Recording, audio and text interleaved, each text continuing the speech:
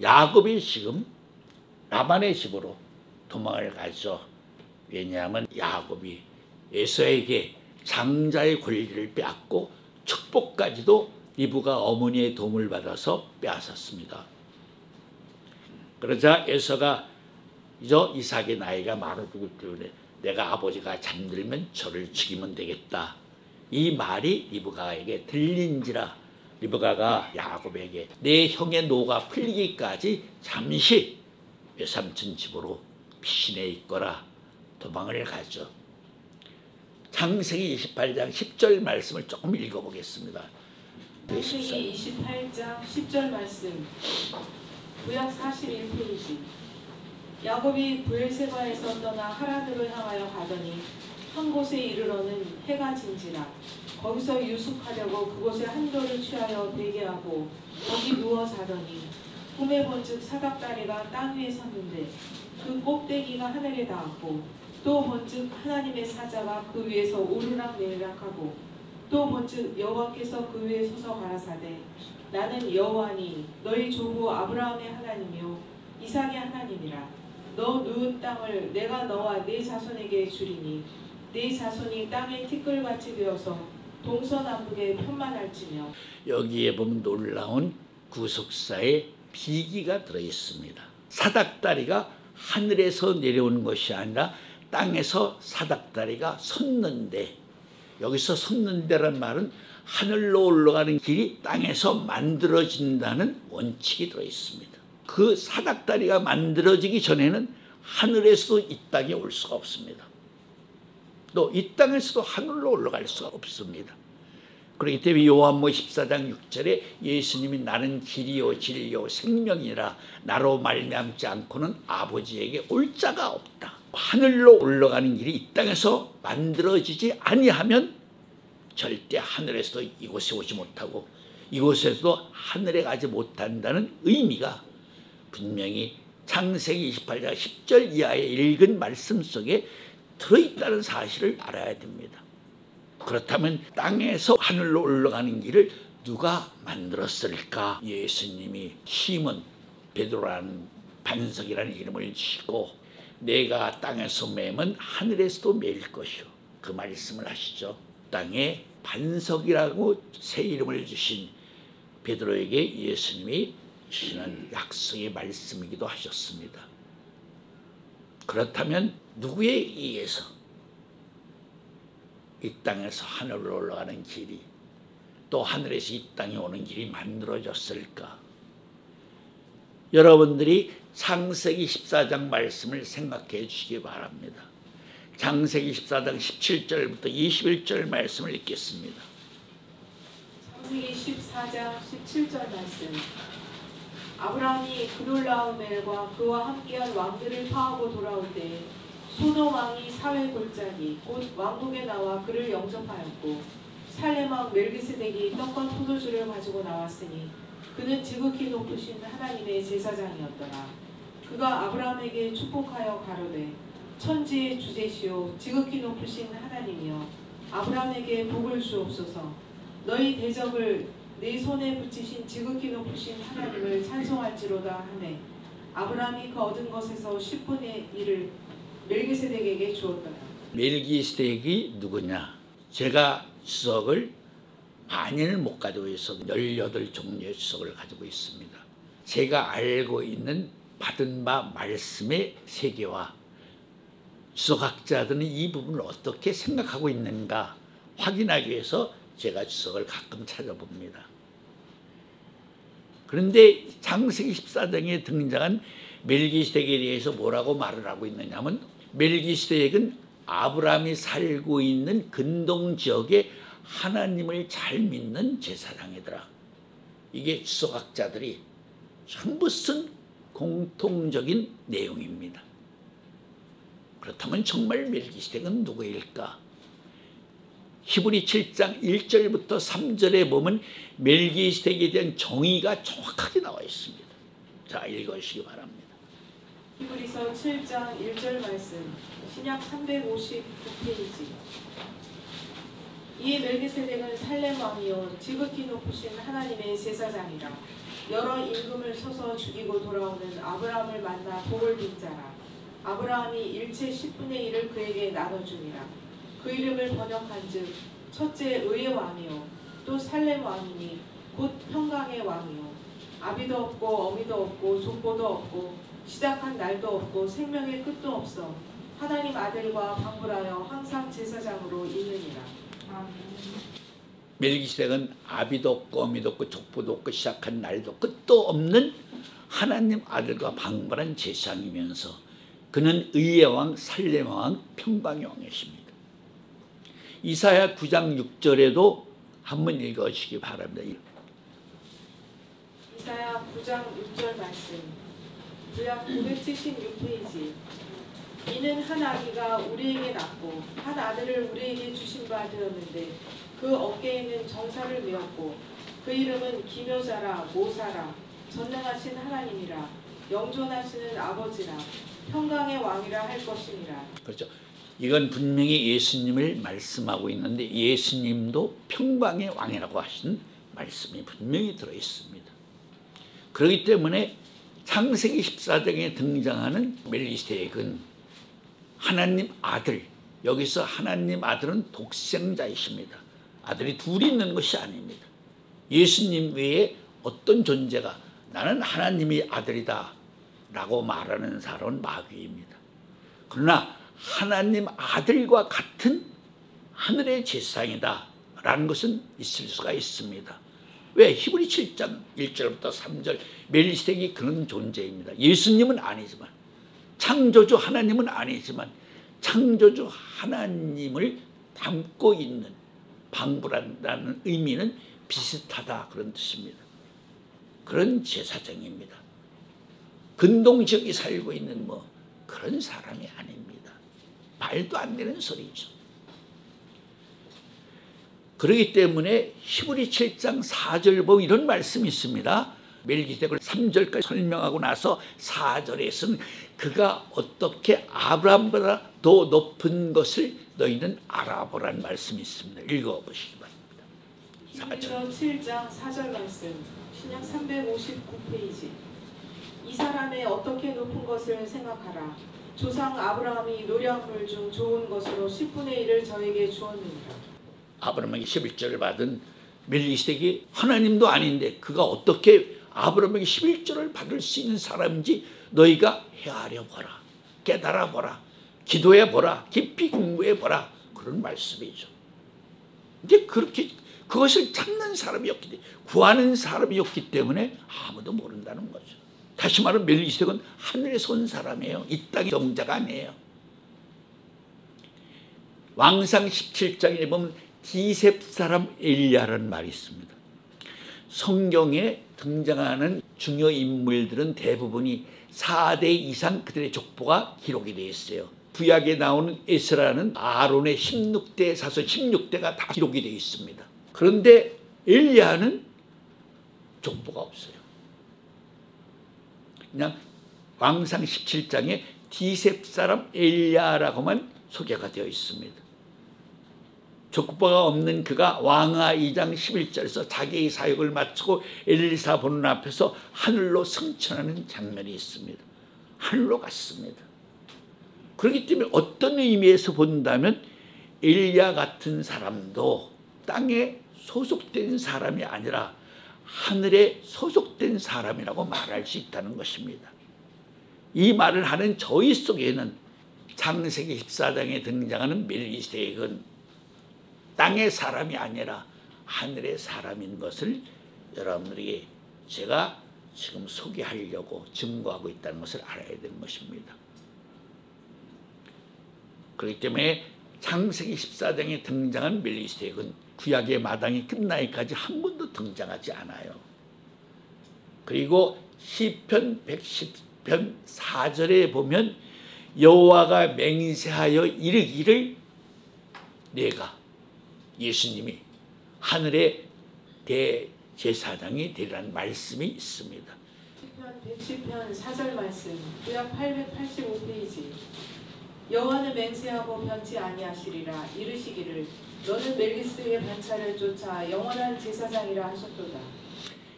멜기의 반차를 영원한 제사장이 된 사람이 누구예요, 여러분들? 바로 예수님이십니다. 자, 이 말씀의 짝을 하나 찾아 읽어드릴게요. 이 여호와가 맹세하여 한 말, 이사야 34장 16절에 보면 성경은 짝이 있다고 그랬죠. 이 짝의 말씀이 바로 히브리서 6장 20절 말씀입니다. 히브리서 6장 20절 말씀, 신약 358페이지.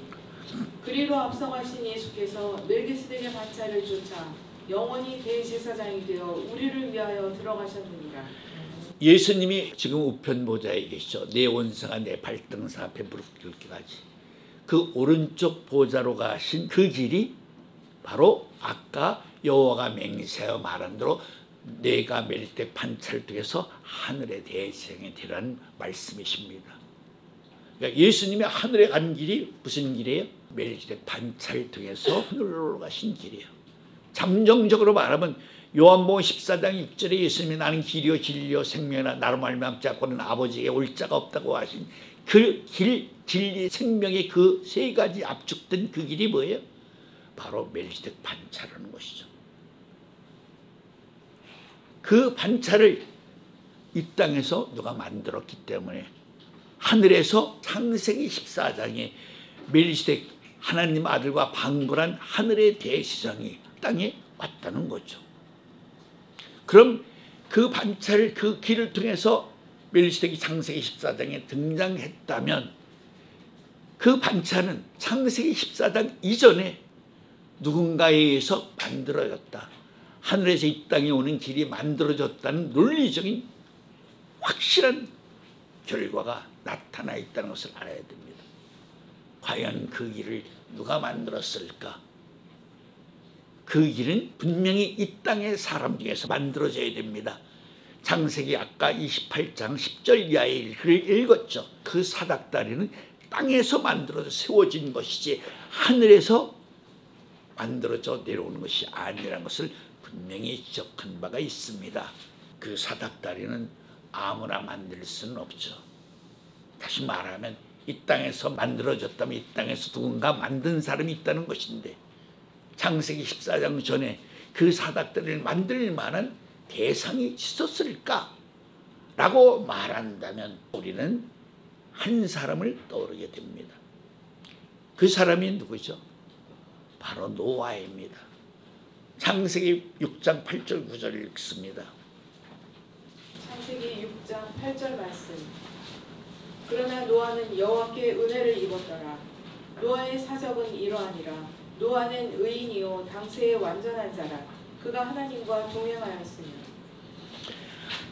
완전한 자만이 하나님의 얼굴을 볼 수 있고 완전한 자만이 하나님과 동행할 수가 있는 것입니다. 산상수훈 가운데 마태오장에 보면 청결한 자는 하나님을 볼 것이며 라는 말씀이 있습니다. 노아는 완전한 자입니다. 당대 의인이며 완전한 의인 중에서도 완전한 자라는 거죠. 그렇기 때문에 노아는 하나님을 대면할 수 있는 사람, 하나님을 배운 사람,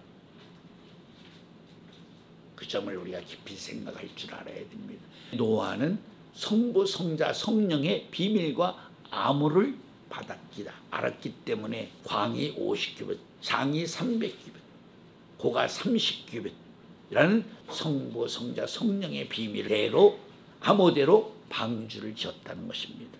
심판을 이기고도 남을 수 있는 사람만이 방주를 통해서 구원받았다 하는 사실을 여러분들이 아셔야 됩니다. 그런데 참으로 안타까운 것이 오늘날 신학자들이 공통점이 하나 있습니다. 노아를 매도하고 있다는 것이죠.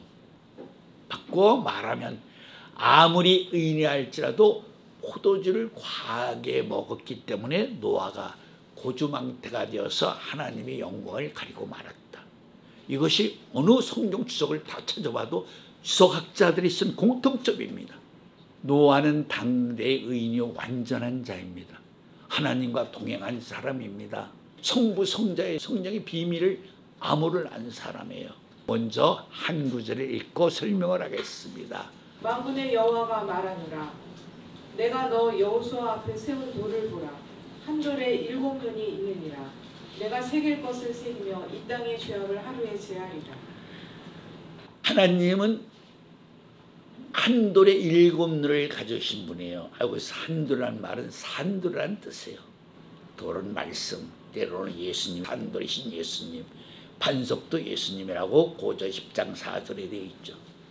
그러니까 7눈을 가지고 있다는 말은 뭐예요? 바로 창조의 치를 동시적으로 바라보시는 분이시다. 하나님은 영원부터 영원한 세계를 동시적으로 바라보시는 분이에요. 그렇기 때문에 히브리 1장 12절 말씀을 읽겠습니다. 히브리서 1장 12절 말씀. 신약 353페이지. 의복처럼 갈아입을 것이요 그것들이 옷과 같이 변할 것이나 주는 여전하여 연대가 다함이 없으리라 하였으나. 주는 연대가 다함이 없는 분이에요. 영원부터 영원한 세계를 여기 조금 보고 여기 조금 보고 그렇게 그런 분이 아니에요. 하나님은 영원한 세계를 동시적으로 처음부터 끝까지 다 한눈에 보시는 분이에요. 그런 하나님이 완전한 자로 만들어진 노아가 몇 년 후에 포도주에 취해서 발가벗는 거 모르시는 분이에요? 아시는 분이에요. 그럼 포도주에 취해서 발가벗은 노아의 극충하다고 하는 그 꼴의 세계가 정말 인간들이 생각하는 것처럼 그런 추한 세계를 말한 것일까? 그런 의미에서 잠언 14장 12절 말씀을 읽겠습니다. 잠언 14장 12절 말씀. 어떤 길은 사람의 보기에 바르나 필경은 사망의 길이니라. 마지막 인자의 역사는 노아 때예요. 마지막 재림의 마당 한 일의 역사는 노아 때처럼 이루어지게 되어 있다는 것이죠. 노아는 히브리 11장에 보면 노아는 의의 후사, 에스겔 14장에 보면 하나님이 4가지 심판에 두고 심판을 하는 4번의 심판의 모습이 생생하게 기록되어 있습니다. 그때 노아, 다니엘, 욥이라는 세 의인이 하나님께 요구하죠. 우리의 면을 보시사 우리가 요구하는 저 사람을 심판해서 면죄부를 주실 수 없습니까? 4번을 물으니까 하나님 4번을 다 놓으라고 말을 하죠. 너희들 의로 구원을 받을 수 있지만 저들은 안 된다는 거죠. 노아가 한 일이 뭐죠? 첫째, 방주를 졌습니다. 요한복음 15장 1절 이하의 말씀으로 말하면 노아는 농부입니다. 아버지입니다. 왜 아버지냐? 노아는 성부, 성자, 성령의 비밀과 암호를 다 가지고 있는 사람이기 때문에 세상을 심판할 수 있는 심판의 구심점이 될 수 있는 사람입니다. 아버지, 아들, 성령이 주신 권세를 다 가지고 있기 때문에 새 창조, 새 역사의 세계를 펼칠 수 있는 주인공이 되면서 한편으로는 전 세상을 심판할 수 있는 심판의 주가 되었다 하는 사실을 알아야 됩니다. 2월 17일 날 방주에 들어가서 다음에 2월 27일 날 1년 10일 만에 땅이 말랐더라. 말랐다는 말은 바로 심판이 끝났다. 그래서 노아가 방주에서 나와서 정결한 짐승으로 하나님께 제사를 드리고 하나님이 흠양하시고 나서 노아가 무슨 언약을 맺었죠? 무지개의 언약을 맺습니다. 무지개의 언약이 무엇일까? 노아가 맺은 무지개의 언약을 아브라함의 후손을 통해서 이루어질 언약의 세계이기 때문에 믿음의 조상인 아브라함을 통해서 창세기 15장에서 횃불 언약을 맺으신 것이다. 그러니까 무지개의 언약이 횃불 언약으로 바뀌었다는 말은 무지개의 언약의 주인공을 하나님이 아브라함의 후손 중에서 한 사람을 택했다는 것이죠. 노아가 맺은 무지개의 언약을 아브라함을 통해서 다시 맺었다는 소리죠. 다시 맺었다는 말은 아브라함의 후손 중에서 하나님이 무지개의 언약의 주인공을 세웠다 그런 뜻입니다. 그리고 두 번째 사역이 그리고 나서 하나님이 노아에게 창세기 9장 21절부터 읽겠습니다. 창세기 9장 21절 말씀. 노아가 농업을 시작하여 포도나무를 심었더니 포도주를 마시고 취하여 그 장막 안에서 벌거벗은지라. 가나안의 아비 함이 그 아비의 하체를 보고 밖으로 나와서 두 형제에게 고하되 셈과 야벳이 옷을 취하여 자기들의 어깨에 메고 뒷걸음쳐 들어가서 아비의 하체에 덮었으며 그들이 얼굴을 돌이키고 그 아비의 하체를 보지 아니하였더라. 노아가 술이 깨어 그 작은 아들이 자기에게 행한 일을 알고 이에 가로되 가나안은 저주를 받아 그 형제의 종들의 종이 되기를 원하노라. 또 가로되 셈의 하나님 여호와를 찬송하리로다. 노아가 방금 읽었던 대로 포도원을 만들었습니다. 노아가 포도원을 졌다는 말은 노아 개인이 먹고 살기 위해서 농사를 졌다, 그런 뜻이 아닙니다. 노아는 완전한 은혜, 당대의 의인이 완전한 자입니다. 하나님과 동행한 사람입니다. 그가 포도원을 만들었다는 말은 무엇을 만들었다는 의미와 같은 것인가? 바로 이런 뜻입니다. 에덴 동산 한가운데 선악을 알게 하는 나무와 생명나무가 있었죠. 아담에게 하나님이 말씀하셨죠. 그렇죠. 에덴 동산 각종 나무 열매는 임의로 먹되 선악을 알게 하는 나무, 선악나무 열매는 먹으면 정령 죽으리라. 결단코 죽는다고 분명히 강조하셨습니다. 그런 행위 언약을 원시 언약이라고 하죠. 그 말은 아직 아담은 생명이지만 100세가 못된 자였습니다. 그래서 이사야 65장에 보면 생명의 산자의 세계에서는 100세가 못 되어 죽는 자는 저주받은 자이고 100세에 죽는 자는 어린아이고. 이사야 65장 읽어주기 바랍니다. 이사야 65장 20절 말씀, 구약 1047페이지. 거기는 날수가 많지 못하여 죽는 유아와 수완이 차지 못할 노인이 다시는 없을 것이라. 곧 100세에 죽는 자가 아이겠고 100세 못 되어 죽는 자는 저주받은 것이리라. 이게 뭐예요? 산자의 세계 얘기에 산자의 세계를 그냥 간단하게 지금 말하고 있죠. 그리고 이사야 11장에도 이새의 줄기에 싹이다. 거기에도 산자의 세계가 조금 나옵니다. 산자의 세계는 뭐예요? 사자가 풀을 먹게 돼 있죠. 창세기 1장 마지막 절에도 원래 본연의 창조의 세계는 약육강식이 없습니다. 사자도 풀 먹게 돼 있고 독사의 입에 독이 없습니다. 창조 본연의 세계는. 그래서 어린아이들 독사를 가지고 장난하고 독사하고 노는 장도 있습니다. 하나님이 노아에게 포도원을 짓게 한 그 포도원은 에덴 동산 한가운데 생명나무가 이 땅에 포도나무로 올 수 있는 길을 만들었다는 것입니다. 포도원을 졌다는 말은 아까 창세기 28장 10절 이하의 말씀을 읽죠.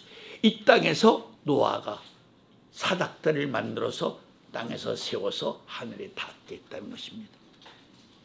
그것이 바로 노아가 만든 포도원의 비밀입니다. 예수님이 포도원의 비유를 말씀하신 그 포도원은 본 자손들은 그 포도원을 뺏기고 열매 맺는 백성들이 그 포도원을 넘겨받으리라.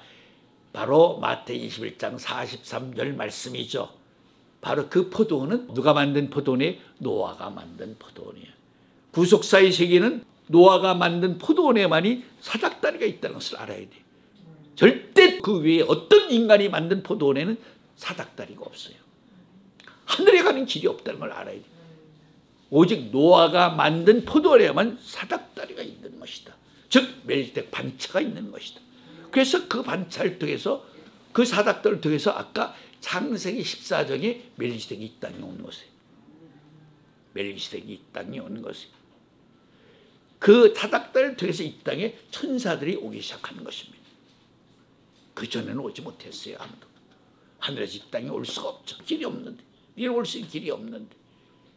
그런 노아가 포도주에 취해서 발가벗었다 하니까 학자들이 아무리 의인이라 할지라도 술을 과다하게 먹으면 노아처럼 고주망태가 돼서 하나님의 영광을 가리었다. 그래서 노아를 매도했어요.